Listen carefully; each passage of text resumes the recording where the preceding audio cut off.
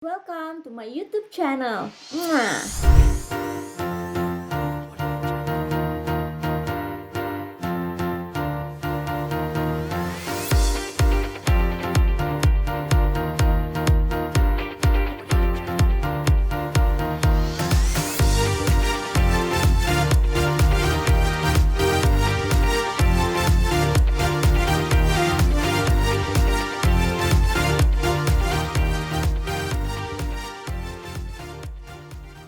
Video pertama aku di YouTube channel aku bikin video ini karena banyak banget teman-teman yang minta aku sharing mengenai virtual wedding. Karena kemarin aku nikah secara virtual. Virtual dalam arti bukan pengantin perempuan dan laki-lakinya ada bersama, kemudian dibikin Zoom, terus teman-temannya nonton gitu. Bukan itu ya, tapi perempuan dan laki-lakinya nih, pengantin perempuan dan laki-lakinya jauh-jauhan nih, nggak di satu tempat yang sama. Karena waktu itu aku lagi di Jakarta dan suamiku lagi di UK.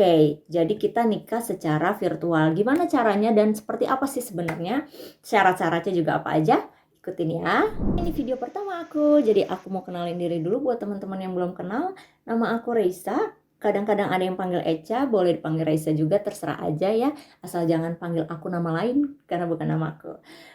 Suamiku tinggal di UK sebagai permanent resident, tapi dia merupakan citizen Portugal. Jadi negara asalnya adalah Portugal dan dia menetap dan tinggal di UK sebagai permanent resident. Nah, waktu aku awal ngurus-ngurus surat itu pertama tahun 2019. Jadi 2019 akhir waktu itu sekitar akhir Oktober itu kita akhirnya memutuskan untuk menikah di Jakarta pada bulan Juli 2020. Karena waktu itu belum ada COVID, ya kita merencanakan pernikahan normal, akad dan resepsi seperti biasa. Karena aku nikahnya dengan warga negara asing, jadi sebelum mencari vendor-vendor, yang aku lakukan adalah mencari tahu surat-surat apa yang diperlukan untuk menikah dengan WNA. Jadi aku ke KUA dan aku ke kedutaan. Apa aja sih yang diminta oleh KUA?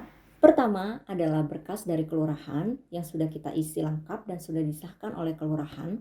Kemudian yang kedua adalah akte lahir dari calon pengantin wanita dan calon pengantin pria. Ingat, akte lahirnya haruslah 6 bulan terakhir. Ini apa sih aktenya harus 6 bulan terakhir? Jadi akte lahir kamu yang tahun 80-an atau tahun 90-an waktu itu udah gak bisa dipakai. Jadi kamu harus perbaharui akte ke catatan sipil di tempat dimana kamu tinggal, domisili ya. Jadi aku waktu itu kan lahir tahun 85 dan akte aku tuh masih yang tahun 85 zaman dulu. Itu udah gak bisa dipakai. Nah, aku kan lahir di Jakarta, tapi aku domisili di Tangerang. Jadi aku datanglah ke catatan sipil Tangerang di dekat rumah dan aku minta untuk perbaharui akte untuk keperluan menikah. Jadi karena aku nggak pakai agen, memang agak takes time guys kalau nggak pakai agen. Cuma waktu itu pertimbangan aku nggak buru-buru. Pertama, kedua juga aku pengen tahu cara ngurus sendiri gitu. Nah, siapa tahu aku bisa jadi agen ya kan. Jadi bagi yang butuh, boleh ke saya. Nah, terus akhirnya aku nunggu sekitar 2 minggu baru dapetlah akte yang baru. Nah guys, ini akte yang baru. Kalau akte yang baru tuh udah ada bahasa Inggrisnya ya. Ini tahun 2019 itu. Jadi nggak usah ditranslate lagi karena translate kan cukup mahal ya, apalagi di kedutaan ya, pusing pala BRB. Kemudian syarat ketiga adalah fotokopi KTP dan paspor dari warga negara asing atau calon mempelai kita. Nah kalau misalnya WNA-nya laki-laki ya calon mempelai laki-lakinya. Kemudian juga syarat keempat adalah paspor dan KTP orang tua dari calon mempelai laki-laki. Yang nomor 5 adalah surat dari kedutaan atau biasanya disebut CNI. Lalu nomor 6-nya adalah surat keterangan domisili. Nomor 7, surat keterangan single. Yang terakhir adalah foto dengan latar belakang biru masing-masing calon mempelai wanita dan pria, ukuran 4x6 dan 3x4, masing-masing 4 lembar. Tapi jangan lupa guys, tiap negara itu punya birokrasi masing-masing. Jadi makanya kenapa penting banget di awal sebelum kalian booking-booking apapun, itu telepon kedutaan negara suami kalian. Karena itulah yang akan nanti menentukan berapa lama kira-kira surat menyurat ini memakan waktu. Karena ada beberapa negara yang bisa mengurus CNI di Indonesia melalui kedutaannya di Indonesia. Tapi ada juga beberapa negara yang tidak bisa. Jadi contohnya, Suami saya kan warga negara Portugal. Kemudian waktu saya ke Embassy Portugal di Jakarta, mereka meminta semua berkas itu yang untuk dikasih ke KUA itu didapatkan dari catatan sipil Portugal langsung. Jadi saya harus meminta ke calon suami waktu itu untuk mengurus di negaranya, which is itu gak terlalu gampang karena dia tinggal di UK, tapi dia harus mengurus di Portugal, kemudian harus dikirim ke sini, ke Indonesia. Lain lagi ceritanya, teman saya punya calon suami British citizen. Jadi dia mengurus semua suratnya bisa dari kedutaan Inggris di Indonesia, nggak perlu ke catatan sipil Inggrisnya. Jadi akan lebih mudah buat dia. Makanya penting banget untuk mencari tahu birokrasi ini di awal. Nah, karena waktu itu saya harus meminta semua surat dari catatan sipil Portugal langsung, jadi akhirnya suami kontaklah ke sana. Dan ternyata dari sana sebelum mereka bisa ngeluarin surat, mereka harus minta data saya dulu. Dan datanya harus berupa hard copy yang sudah disahkan oleh kedutaan Portugal di Jakarta.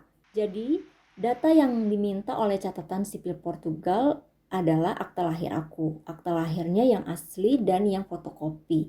Yang aslinya itu nanti dikembalikan, tapi mereka mau lihat yang aslinya. Nah, kemudian yang fotokopi ini harus sudah disahkan di 2 kementerian dan kedutaan.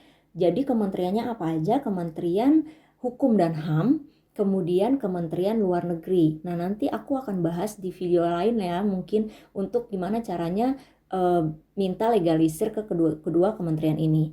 Nah, setelah dari kedua kementerian ini selesai, barulah masuk tuh akta lahir ke kedutaan Portugal. Nah, setelah berkas selesai disahkan oleh kedutaan Portugal di Jakarta, berkas akte lahir aku kirim semua yang asli dan yang sudah fotokopi yang sudah disahkan tadi melalui DHL. Jadi aku pakai DHL langsung kirim ke Portugal, itu 2 hari sampai.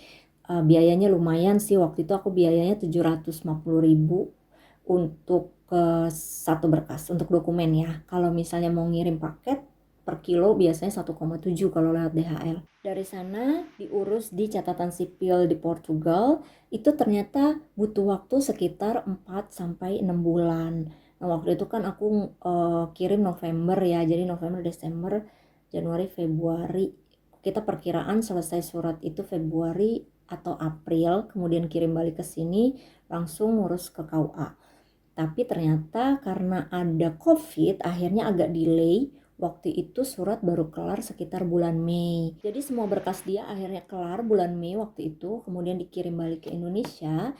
Nah, itu kan isinya adalah akta lahir dia, kemudian surat keterangan layak menikah, kemudian surat keterangan single dan surat domisili yang dikeluarkan oleh catatan sipil Portugal. Kemudian aku harus masukkan semua berkas itu ke kedutaan Portugal di Indonesia untuk disahkan lagi dan ditranslate, karena nanti ke KUA semua dokumen harus berbahasa Indonesia. Karena dokumen dia dari Portugal berbahasa Portugis, jadi aku harus translate. Nah, translate-nya sendiri ada biaya lagi. Kemudian untuk legalisirnya per dokumen itu biaya lagi. Jadi per dokumen itu biaya legalisir sekitar 450.000, kemudian biaya translate itu sekitar 750. Jadi per dokumen itu ya. Jadi hitung aja berapa dokumen. Nah, setelah selesai, semua berkas udah selesai dilegalisir dan ditranslate dari kedutaan Portugal di Jakarta. Kemudian aku ambil, kemudian akhirnya kita mulai ngurus untuk ke KUA. Jadi kalau ke KUA kan harus ngurus ke RT RW, kemudian ke kelurahan, baru ke KUA-nya. Nah, surat-surat itu semua udah kelar surat, ternyata kita nggak bisa nikah Juli karena ada COVID kan, karena dia nggak bisa ke Indonesia. Waktu itu border Indonesia tutup total sejak April. Kemudian November seems like nggak bisa juga karena border juga masih belum dibuka gitu. Dan akhirnya waktu itu kita kepikiran untuk gimana kalau nikah virtual aja. Nah, waktu itu akhirnya mama sama papaku datanglah ke KUA menanyakan mengenai gimana sih kalau misalnya mau nikah virtual. Nah, ternyata orang KUA bilang gak ada nikah virtual, adanya nikah diwakilkan.